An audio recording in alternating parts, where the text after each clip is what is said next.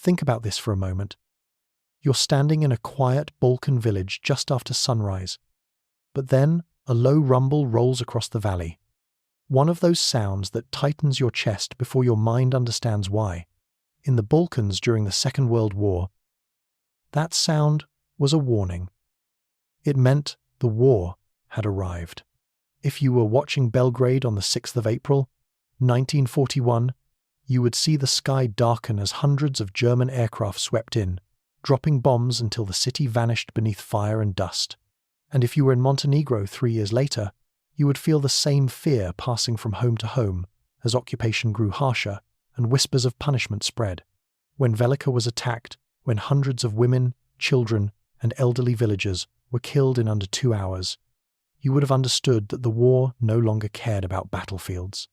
It claimed whoever stood in its path. But here's the part many people never hear. The men who carried out that massacre didn't simply disappear. Some faced judges, others faced something far more final.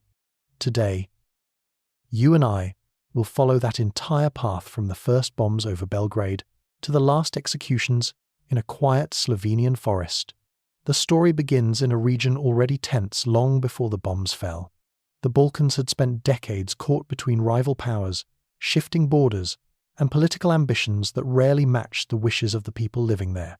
By the early 1942, Europe was already burning, and the German war machine had moved from one conquest to the next with alarming speed. Leaders across the region watched these developments with growing unease, knowing that once the bigger nations settled their disputes, the smaller ones would be forced to choose sides or be swallowed whole. Yugoslavia struggled to stay neutral, but neutrality had become almost impossible. Germany wanted a safe route toward Greece.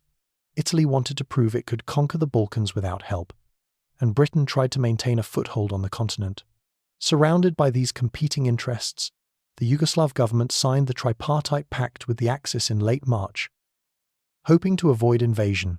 The decision, however, created deep anger among many citizens, especially in Serbia and Montenegro, where distrust of German intentions ran high. Demonstrations broke out, and the government's authority quickly weakened. When news reached Berlin that Yugoslavia might withdraw its support, Adolf Hitler reacted with a sense of betrayal. He believed political uncertainty in the Balkans threatened Germany's plans for the invasion of the Soviet Union. He ordered his generals to prepare an immediate military response. Within days, aircraft were loaded, routes were drawn on maps, and troops began moving toward Yugoslav borders. The region felt a shift in the air, an unspoken understanding that something irreversible was approaching. On the 6th of April, 1941, the first wave of German bombers crossed into Yugoslav airspace. Civilians who stepped outside that morning looked up to a sky filled with engine noise. The formation of planes stretched so far that sunlight had to fight to break through. When the bombs began falling over Belgrade, entire neighborhoods disappeared in seconds, streets filled with dust, fire, and running civilians who had no idea where safety could be found. Government buildings, bridges, and rail lines were struck repeatedly. Yugoslavia had hoped to avoid war, but the war had come anyway. The ground invasion followed almost immediately. German forces attacked from multiple directions, supported by Italian, Hungarian, and Bulgarian units.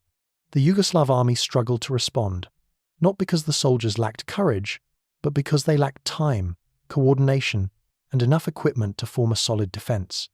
As towns fell, refugees moved in long columns along mountain roads, carrying what they could. Stories spread of German troops advancing too quickly to be stopped. Within 11 days, the Yugoslav army surrendered, and the country was carved into occupation zones controlled by the Axis powers. Montenegro fell first under Italian control. Life there changed rapidly. Military patrols appeared in markets, curfews were introduced, and local leaders were pushed aside. Many villagers tried to continue their daily routines, but each week brought new restrictions. When Italy surrendered to the Allies in 1943, German forces stepped in almost instantly. They occupied the region with a determination fueled by frustration over their allies' collapse. For many locals, the situation went from difficult to unbearable. Resistance movements began forming throughout the mountains, some fighters aligned with the communist-led partisans, others with royalist groups, and their rivalries often created new tensions within the population. Despite these differences, one belief united most of them: foreign occupation had to end. Their attacks on German positions grew bolder, and each German casualty increased the occupiers' sense of vulnerability. In response, commanders began relying on harsh measures designed to break civilian support for resistance groups. Villages were searched, young men were detained, and supplies were seized. By mid-1944, Germany's grip on the Balkans was weakening. Soviet troops advanced from the east, Allied bombers caused chaos across transport routes, and partisan units gained strength. The Germans sought to hold on to key valleys, roads, and river crossings. Along the Lim River, in northeastern Montenegro, partisan forces established a strong presence. They knew the terrain, moved quickly through forests and ravines, and proved difficult to dislodge. To counter this threat, the Germans launched Operation Draufgänger, meaning daredevil. It was planned as a decisive strike to crush the partisans near the town of Andrijevica. German units were joined by elements of the 21st Waffen Mountain Division of the SS Skanderbeg, composed largely of ethnic Albanians and supported by local auxiliary groups. Together, they moved along remote paths, burning villages and clearing territory they believed sheltered resistance fighters. For many civilians, there was no chance to flee. Homes were set on fire, and entire families scattered through forests to avoid capture. Although the operation caused destruction across several communities, it failed in its main objective. The partisans survived the assault, regrouped, and then counterattacked, forcing the German and auxiliary forces into retreat. This outcome angered the commanders involved, who believed local villagers had supported the partisans more than they admitted. As the troops pulled back, frustration grew into a desire to punish anyone for the failure. When Operation Draufgänger failed to crush the partisans along the Lim River, the German command viewed it as more than a military setback. To them, it was an insult, a sign that local resistance groups had grown too confident and that villagers across the region no longer feared German authority. Anger spread quickly through the ranks, especially among units already known for brutality. Soldiers returned to their camps bitter, exhausted, and convinced that someone needed to pay for the embarrassment they had suffered. The 7th SS Volunteer Mountain Division, Prinz Eugen, was one of the main forces operating in the area. Formed in 1941, this division had earned a reputation for harsh anti-partisan tactics. Many of its men were ethnic German volunteers from Yugoslavia, Hungary, and Romania. Their loyalty to the Reich was strong, and their resentment towards Slavic populations ran deep. Over the years, they had left behind a trail of burned villages and frightened survivors in Serbia, Bosnia, and Croatia. Now, they were moving through Montenegro with a renewed sense of purpose. They were not alone. The 21st Waffen Mountain Division of the SS Skanderbeg, created in Kosovo and composed mostly of ethnic Albanians, joined the operation as well. While the Prinz Eugen Division had experience, the Skanderbeg Division struggled with discipline, training, and morale. Many of its soldiers were motivated by local rivalries rather than German goals. Reports from German officers often criticized the division for looting, poor organization, and a tendency to act unpredictably in stressful situations. Yet the Germans still relied on them, believing their presence would strengthen control over Albanian and Montenegrin border areas. As these groups pushed through northeastern Montenegro, tension rose between locals and occupying forces. Villagers felt caught between all sides, partisans demanding food and shelter, Germans demanding obedience, and auxiliary groups demanding loyalty. Every rumor of partisan activity could bring a patrol searching the village. By midsummer of 1944, the atmosphere in the region had become heavy with fear. People worked their fields quietly, avoided strangers on mountain roads, and tried to predict where the next clash might occur. The small town of Andrijevica became a focal point of conflict. Its position near key mountain passes made it valuable to both the Germans and the Partisans. As battles intensified, surrounding villages suffered as well. Homes burned, crops were destroyed, and livestock vanished in ways that made survival difficult. The Partisans, despite their growing strength, could not protect every community. German units moved from house to house, searching for evidence, often punishing civilians for simply living near suspected partisan routes. During the final days of Operation Draufgänger, German frustrations reached a breaking point. The Partisans had successfully held their ground, using the forest and rugged terrain to their advantage. They slipped between ravines, set ambushes along narrow trails, and escaped through paths too steep for German vehicles. When the fighting finally ended, German commanders issued reports claiming the operation had been successful, but the tone of those reports revealed something else.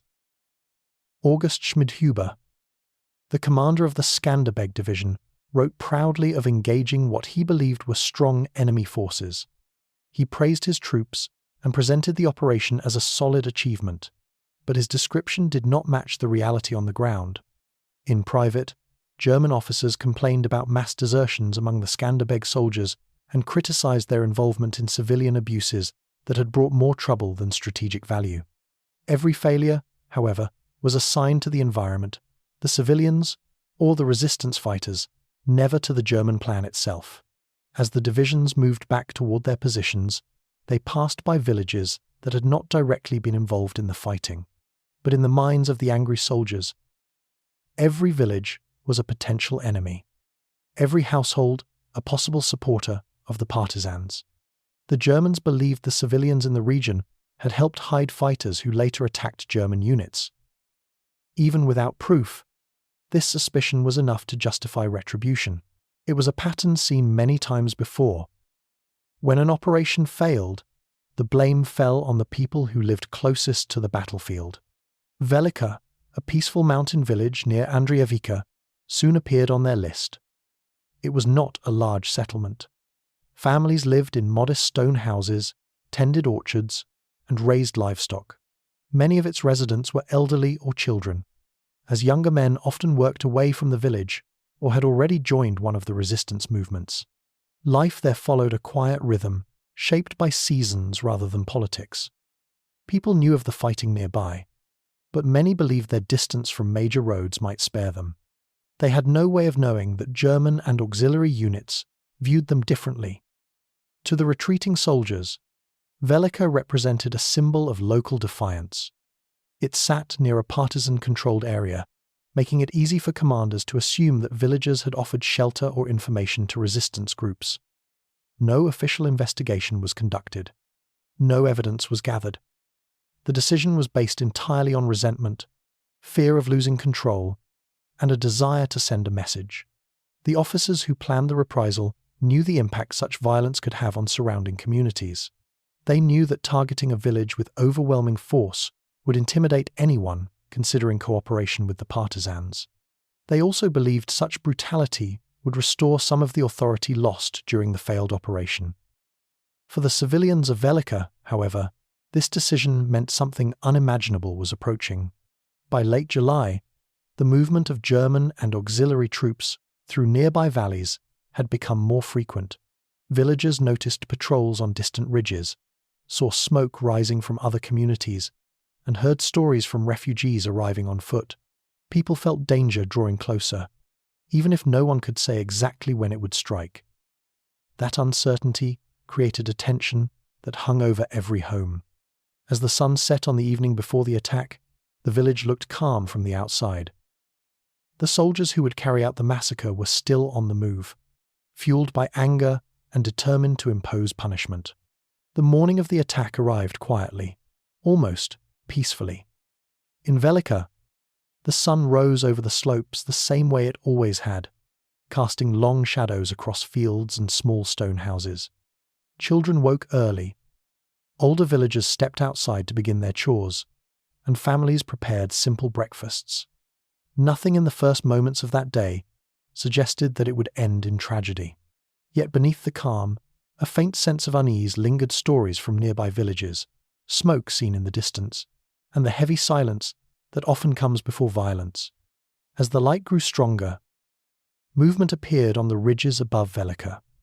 At first, it was only shapes men positioned far apart, following paths that curved around the village. Soon, the villagers realized what was happening. The entire community was being surrounded. German units and auxiliary forces from the Skanderbeg division moved quietly, taking up positions with practiced coordination. The encirclement itself revealed the intention. Once the perimeter closed, the attack began. Soldiers advanced house by house, moving with deliberate speed. Many villagers were still inside their homes when they heard footsteps approaching, followed by the thud of boots against doors. Some tried to flee toward the woods, but gunfire cut through the fields, forcing people back toward the burning center of the village. Others hid in basements or behind stone walls, hoping the attackers would pass them by. But the soldiers were not looking for fighters. They were looking for victims. Flames spread quickly. Soldiers threw burning materials into homes, set roofs alight, and pushed residents back inside. Smoke rose through every street, and the sky darkened as the fire grew. Within minutes, the village was covered in a thick haze that made it hard to breathe. People ran through the smoke disoriented, trying to reach family members or find a safe path out. The attackers used this confusion to hunt down anyone who stepped into the open. The cruelty that followed was beyond anything the villagers could have imagined. Elderly men and women were struck down as they tried to escape the flames. Children were dragged from hiding places, sometimes taken from their mothers' arms. Families were separated in seconds, and many victims never knew what happened to their loved ones. The attackers moved with disturbing confidence, as if they had performed this kind of violence many times before. Eyewitness accounts collected after the war described scenes that remained burned into the memories of survivors. One woman recalled seeing a child playing outside moments before soldiers arrived. In the chaos that followed, the child was seized by several attackers in an act of shocking brutality. She tried to intervene, but fear and gunfire forced her back. She later learned that the boy's mother was killed trying to protect him. These memories, shared years later, still trembled with pain. Another survivor described losing her mother, brothers, and sister in a matter of minutes. She remembered watching her home burn, feeling powerless to stop anything. The heat, the smoke, and the screams merged into one overwhelming sound that never left her mind. After the war, she tried to explain how many people the soldiers killed that day, but numbers could not fully express the loss she had witnessed. The violence continued without pause for nearly 2 hours. During that time, more than 400 civilians were murdered. Women, children, and the elderly for the most part. Entire families disappeared in a single morning. Houses that had stood for generations collapsed into piles of ash and charred beams. Livestock wandered through the smoke, confused and terrified, while the attackers moved on to the next home. By the time the shooting slowed, Velika was unrecognizable. The air was thick with smoke, dust, and the crackling sound of burning wood. They stepped into a landscape of ruin, searching for familiar faces among the devastation. Some found loved ones. Many did not. For families who survived, the silence that followed the attack was almost as painful as the violence itself.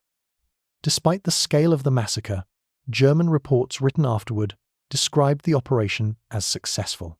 Commanders praised the troops for their actions, noting that the attack had prevented partisans from launching future operations. The report's tone was cold, detached, and proud, completely disconnected from the suffering in Velika. To the occupiers, the killing of hundreds of civilians was simply part of military strategy, yet the truth could not be erased. Villagers who survived told their stories to anyone who would listen. They remembered the faces of the attackers, the insignia on their uniforms, the sound of foreign voices mixed with orders shouted in German. They remembered how the attackers moved with certainty, knowing no one would stop them. They remembered how quickly everything they loved disappeared. The word of the massacre spread across Montenegro and the surrounding regions. The tragedy of Velika became a symbol of German cruelty in the Balkans, a reminder of the violence inflicted on civilians who simply wanted to survive the war. And while the attackers left the village believing they had restored fear, they had instead created a new resolve among the people of the region. The massacre marked a turning point. It exposed the desperation of German forces as they lost control of the Balkans. It revealed the willingness of certain auxiliary units to participate in atrocities, and it set the stage for the eventual collapse of the divisions responsible. In the months after the massacre in Velika, the units responsible began to unravel. The Germans still held parts of Montenegro, Kosovo, and northern Albania, but their control weakened with each passing week. The war had turned against them, and pressure came from every direction: Soviet forces advancing from the east, Allied bombers striking supply lines, and partisan groups growing stronger in the mountains. German command tried to hold the region together, yet the ground beneath them was shifting too quickly. Formed only the year before, the division had never reached full strength. Many of its soldiers were poorly trained, poorly equipped, and motivated more by local rivalries than by German military goals. Desertions were frequent. At times, entire groups of men abandoned their posts to return home or join other armed groups. German officers wrote frequent reports complaining about the division's reliability and discipline. The massacre in Velika, brutal as it was, had not improved its standing. After Operation Draufgänger, the division tried to regroup near Peć and Prizren in Kosovo, but the situation continued to deteriorate. Partisan attacks increased, cutting off transport routes and isolating German positions. Villagers avoided interaction with the soldiers, fearing retaliation from one side or the other. Supply caravans rarely reached their destinations. Ammunition and food grew scarce. Morale fell sharply. Some soldiers looted homes to survive, which only deepened local hostility and damaged the division's reputation even further. German commanders understood that Skanderbeg could not function independently. Its failures created more problems than solutions. Reports sent to higher headquarters described the division as unfit for combat and incapable of carrying out complex operations. Even within the SS structure, where expectations were harsh, Skanderbeg stood out as a disappointing unit. This frustration eventually led to a decision in the autumn of 1944. The division would be disbanded. On the 1st of November, Heinrich Himmler officially dissolved the Skanderbeg division. Many of its ethnic Albanian soldiers had already deserted or switched sides, leaving only the German officers and ethnic German volunteers remaining. These surviving elements were absorbed into a different unit, one that already carried a dark reputation of its own: the 7th SS Volunteer Mountain Division, Prinz Eugen. This transfer strengthened the Prinz Eugen division numerically, but also brought with it the weight of Skanderbeg's failures. The Prinz Eugen division had been hardened by years of anti-partisan warfare. Its soldiers were experienced in mountain operations and knew the terrain well. But by late 1944, even this division faced overwhelming challenges. The German front in the Balkans was collapsing. Yugoslav partisans pushed south and west with growing confidence. Soviet forces advanced toward Belgrade. Communication between German commands became chaotic. Units were ordered to hold positions that could no longer be defended. Despite this chaos, new orders arrived for the Prinz Eugen division. They were to conduct rearguard actions, delay the enemies, advance, and protect the retreat of other German units withdrawing toward Croatia, Slovenia, and eventually Austria. For the soldiers, this meant constant movement through hostile territory. Roads were mined, bridges destroyed, and mountain passes filled with partisan ambushes. Every retreating step became a struggle for survival. August Schmidhuber, once the commander of the Skanderbeg division, took command of the Prinz Eugen division during this time. His leadership framed the next chapter of the war for the unit. Schmidhuber was known for strict discipline and ruthless methods. Under his command, civilians continued to suffer. Records from Split and Dubrovnik show that the division carried out arrests, executions, and retaliatory actions even while retreating. to the soldiers of Prinz Eugen. These measures were seen as necessary to maintain control during an increasingly desperate withdrawal. The division's retreat took it north through Bosnia. The landscape shifted from rugged mountains to river valleys, but danger remained constant.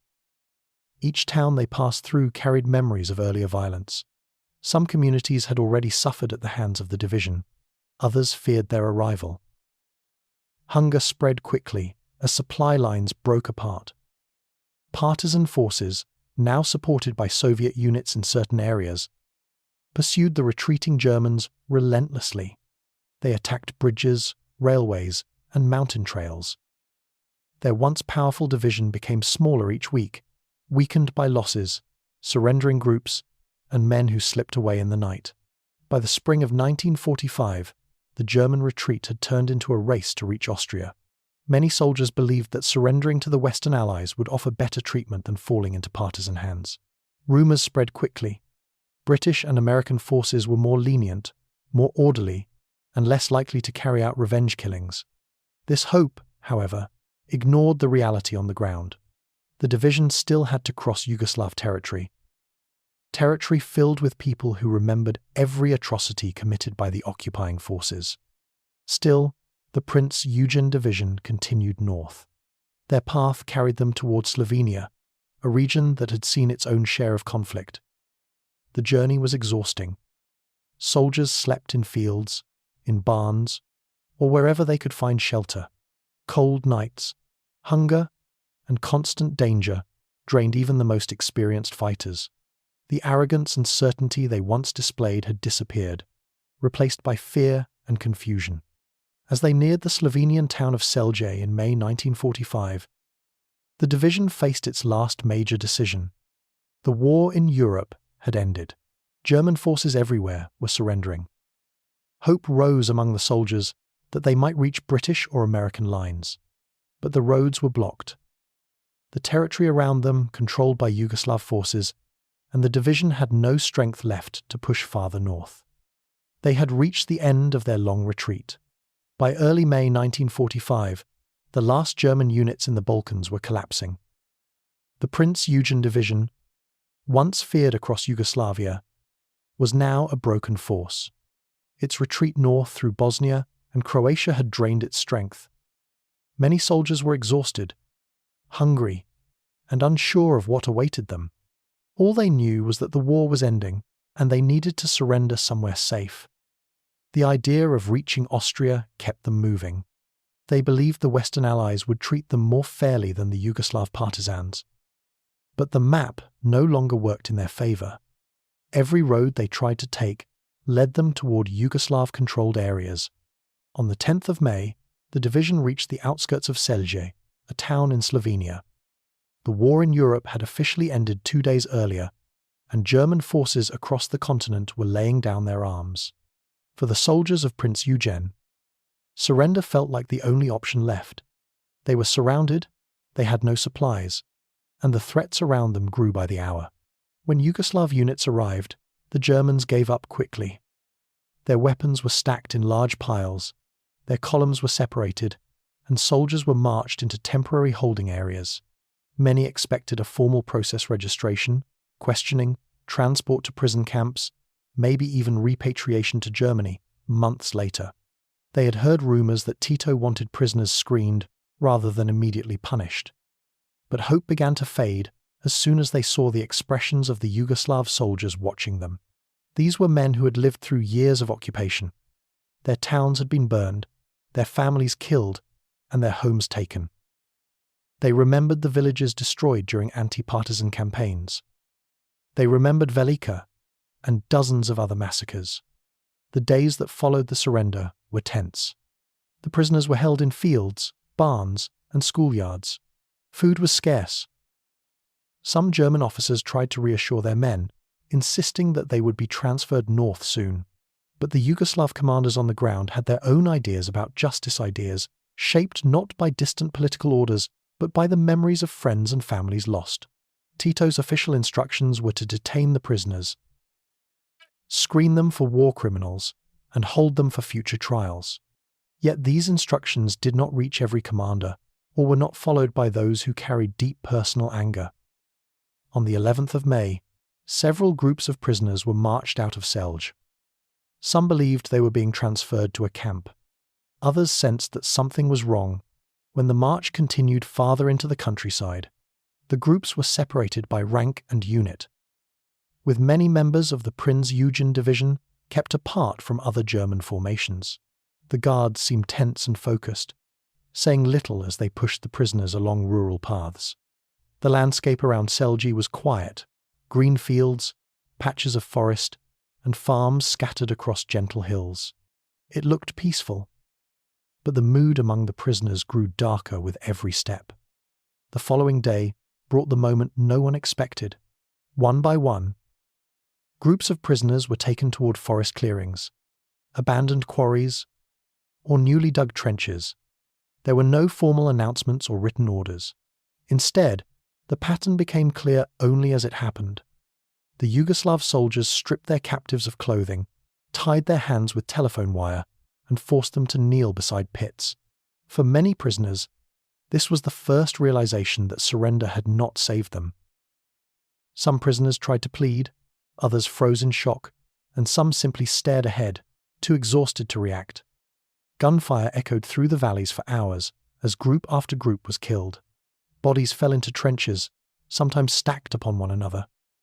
The process repeated itself throughout the countryside around Selja.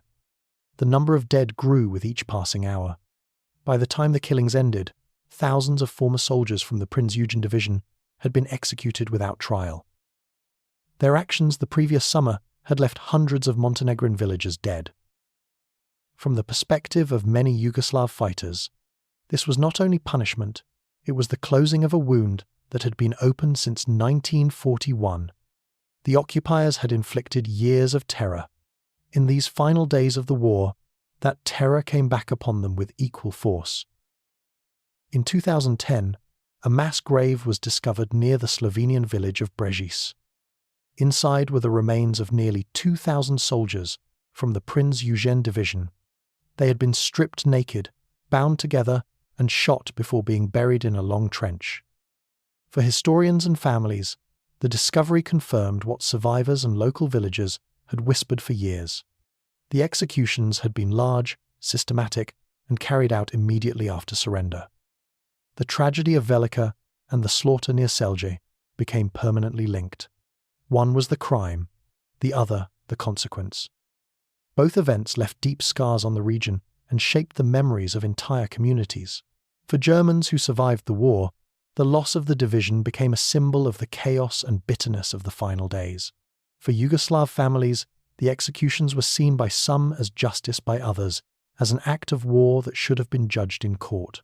While thousands of soldiers from the Prinz Eugen division died in the fields and forests around Selja, their former commander, August Schmidhuber, met a different fate. He had moved north with the retreating German columns, hoping to escape the collapse in the Balkans. But the war ended before he could reach safety. On the 11th of May, just 3 days after Germany's surrender, partisan units captured him near the Austrian border. His capture was calm, almost quiet, unlike the chaos that had followed his men. But the silence did not soften the reality that waited for him. Schmidhuber was quickly transferred to Belgrade, where a Yugoslav military tribunal prepared to investigate a long list of accusations. These included responsibility for massacres, deportations, and violence against civilians across Montenegro, Kosovo, and Croatia. By the time he stood in front of the military judges, the evidence against him had already been collected, reports he had signed, orders he had issued, and testimonies from survivors who remembered the insignia of the units he commanded.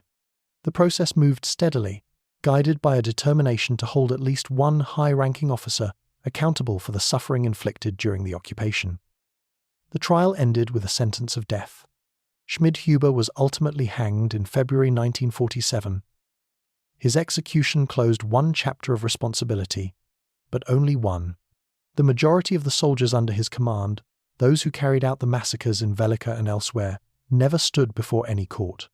Their punishment had come swiftly and brutally in Slovenia, leaving no records of individual guilt, no testimonies, and no opportunity for families to learn the full truth. Their stories ended in the same anonymous trenches where their bodies were buried. For the families of Velika, the years after the war were marked by grief and a difficult search for meaning. Many survivors rebuilt their homes, repaired the fields, and tried to return to daily routines. Each birthday, each holiday, each new season reminded them of the faces that were missing. Parents had lost children, children had lost parents, and entire generations grew up with stories of relatives they never met. The massacre shaped village identity in ways that never faded. In the broader context of Yugoslavia, the tragedy at Velika was one of many wartime atrocities. It existed alongside massacres in Serbia, Bosnia, Croatia, and Slovenia acts committed by Axis forces, local collaborators, and sometimes by returning partisan groups seeking revenge. More than 1 million people in Yugoslavia lost their lives during the war, and more than half of them were civilians. The scale of the suffering made it difficult for communities to process each event individually. The story of Velika was remembered most strongly by those who lived closest to it. For others, it blended into the wider memory of war. The discovery of the Brzezic mass grave in 2010 brought new attention to the final days of the Prinz Eugen division. For the first time, archaeologists and historians could confirm details long described in local oral histories. The trench contained nearly 2,000 bodies, stripped and bound, still carrying the traces of telephone wire around their wrists. The condition of the remains left no doubt that the executions were deliberate and organized. News of the discovery spread across Europe, reopening discussions about revenge, war crimes, and justice. Some viewed the executions as a natural response to years of occupation and brutality. Others argued that even the worst offenders deserved a formal trial. Historical debates grew more complex as researchers examined documents from both sides, German reports minimizing atrocities, Yugoslav reports denying revenge killings, and survivor accounts that filled the gaps between the official records. The story of Velika and the story of Selja became symbols of how war blurs the lines between justice and retribution. In Montenegro and Serbia, memorials were built to honor the victims of Velika. Families gathered each year to read the names of the dead, many of whom were children. The ceremonies were quiet, filled more with reflection than anger. Survivors spoke about the importance of memory, of ensuring that younger generations understood what had happened and why it mattered. They wanted the world to know that the massacre was not just a historical statistic, but a human tragedy with lasting consequences. Meanwhile, in communities connected to the Prinz Eugen division, memory took a different form. Some descendants searched for information about relatives who vanished in 1945, hoping to learn more about their final days. Others struggled with the knowledge that their ancestors may have participated in atrocities. For many families, the war left behind unanswered questions that stretched across decades. The end of the war did not erase the violence. It only shifted the responsibility of remembering from the soldiers to the generations that followed. The massacre in Velika and the executions in Slovenia became linked not only by historical fact but by shared loss. One showed the danger of power used without restraint. The other showed the consequences when that power collapses. As the story closes, the weight of these events still hangs over the region. The hills and valleys of Montenegro hold memories of families destroyed, while the forests of Slovenia hold the remains of those who carried out the violence. The past lives quietly in both places, shaping how communities think about war, justice, and the long shadow of history. Velika stands today as a reminder that civilians often bear the worst of conflict, and that even when justice comes, it rarely feels complete. The war ended in 1945, but its echoes continue, carried through stories, memorials, and the determination of people who refuse to forget.